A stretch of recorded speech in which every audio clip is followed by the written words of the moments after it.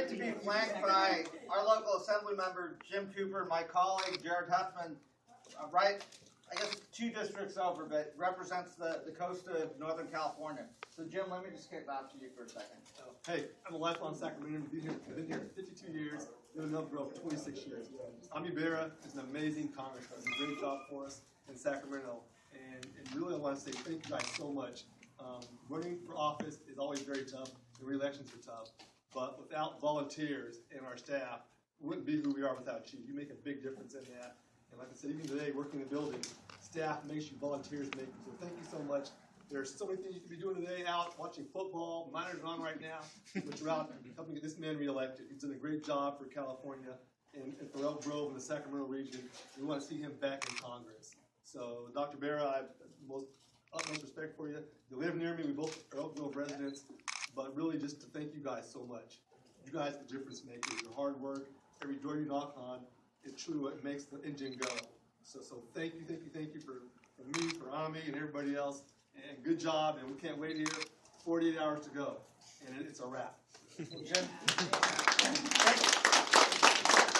you for your service. Now, Jared and I came into Congress together as freshmen in 2012, and we kicked it over to you, Jared. Class of 2012. I am really proud to serve with your Congressman, Bera. And you're in obviously one of the most critical battleground districts in America. I hope everybody realizes that and the gravity and the energy that should come from that. But the interesting thing is, in every key battleground in America right now, really famous, important people are hitting the campaign trail. So I think last night Tim Kaine was campaigning with Bon Jovi, and Hillary Clinton was with Jay-Z and Beyonce last night in Ohio. Today she was with LeBron James. And here in Ami Bera's district, he's got all of us. So that's exciting, I think.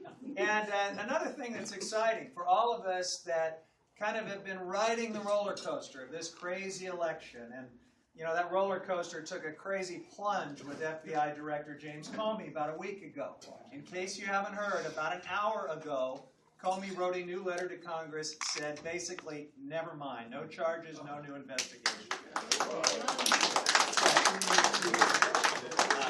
We're back on track, the distraction is gone, and we can now work on doing the work that we have to do door to door on the phones to bring home this victory. And the only thing I want to say about you and about Ami and about this district is if there's one place in America where you can almost guarantee a photo finish, it's right here. So, you know, you hear about these hypothetical races where it's just a few votes per precinct and, you know, sometimes down to these crazy small margins. You can almost guarantee that in this race. So as all of us head out and start knocking those doors in this final sprint to the finish, just know that every single one of those contacts could be the difference between re-electing Ami Bera or a Republican opponent that would obviously be a shameful loss for all of us. So do that with energy, with enthusiasm, with purpose, and when you're done today, do 10 more doors. When you feel like you're done, just do 10 more.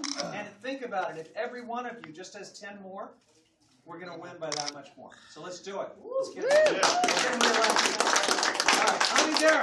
Well, I'm not sure who Jay-Z and who Beyonce is. But this is what we live for, right? I mean, this is how we win races. If you think about how we won in 2012, we have the largest grassroots organization in the United States of America. Well, in 2014, when they threw millions of dollars against us and tried to buy this district, what we did was we put together the biggest GOTV program in those last 4 days, knocked on more doors, made more phone calls, turned out voters, so that the morning after the election, we were down 3,000 votes. And folks were calling saying, you know, Ami, I'm sorry, we were pulling for you. President Clinton called. It's like, Mr. President, wait a minute. We're going to win this thing because I know how hard folks were working Saturday, Sunday, Monday, Tuesday, up until 8 o'clock when the polls closed on Election Day. We were turning out our voters, and sure enough, when those ballots got counted, we won by 1,455 votes. Now, when Jared says every vote counts, Every vote counts in close races like this. Well, let me tell you, I looked at the statistics. GOTV started yesterday. We knocked on more doors, maybe about 20% more doors than we did 2 years ago. So the program is even bigger this year. And we know this is about getting out there. If our voters vote, we're going to win this race. And this is about what our democracy is all about. If you don't vote, you lose your voice. And what we're fighting for is a fair shot for every American, a fair shot for all of you, the young people in this room. That's why it's so important that you guys are out here, because this is about your future. Our obligation and our legacy is not what we're going to do in our lives. Our legacy is going to be about how we make your lives better, how we pay it forward, and at the same time, how we honor the obligations we've made to our parents and grandparents. That after a lifetime of work, a lifetime of service, that they can have that dignified retirement with Medicare and Social Security. Those are the stakes here. And when we look at the values that are at stake in this election, who we are as Americans, our values are one of equality, of inclusion. We don't build walls that separate folks.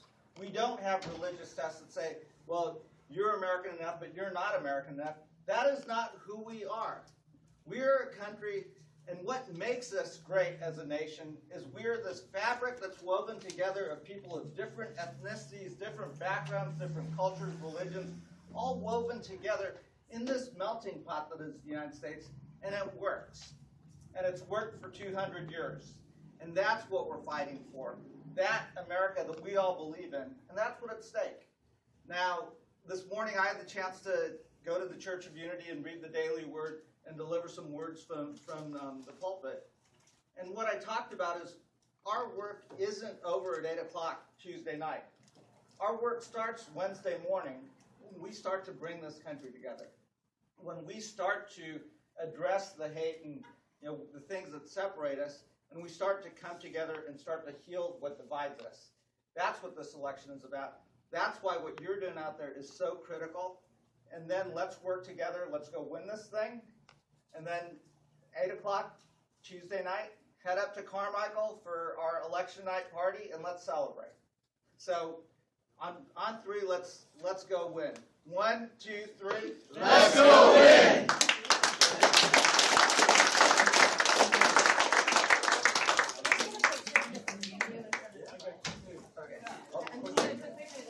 And then anybody who's still here, jump in a group photo, and then we'll kick you out of here. We go knocking.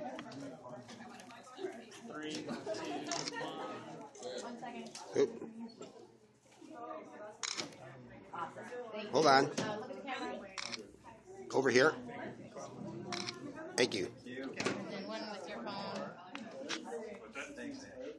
Awesome. Thanks, guys. All right, guys. And if you have a second.